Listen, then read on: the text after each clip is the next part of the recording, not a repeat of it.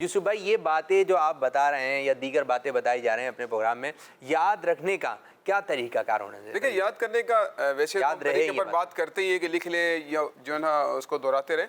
ایک اس کا اور جو آسان اور بہترین طریقہ ہے نا یاد رکھنے کا، وہ یہ کہ جو سیکھا ہے نا وہ دوسرے کو سکھائیں. یعنی جو آپ نے پڑھا ہے وہ دوسرے کو پڑھا دیں. جیسے ایک بچہ ہے نا وہ اپنے بھائی کو لے کے بیٹھ جائیں، بہن کو سسٹر کو لے کر بیٹھ جائیں، اپنے دوست کو لے کر بیٹھ جائیں کہ آئیے میں آپ کو نبیوں کے بارے میں چند باتیں سکھاتا ہوں. ٹھیک ہے، اب پہلے تو وہ دیکھے بغیر یاد کریں کہ یار کیا تھا، یاد کر کے سنانے کی کوشش کریں. اگر یاد نہ ہے تو پھر دیکھ لیں کہ یار ہاں یہ تھا. پھر ان کو دیکھے بغیر پہلے تو دیکھ لیں، اس کے بعد دیکھے بغیر سنائیں کہ انبیاء اپنی قبروں میں زندہ ہوتے ہیں. ان کو اس طریقے سے پڑھاتے رہیں گے نا تو وہ آپ جو دماغ پہ اپنے زور دے رہے ہیں تو وہ آپ کے ذہن میں جو نا وہ آپ گھر میں جو ہے ایک بورڈ کا اہتمام کریں.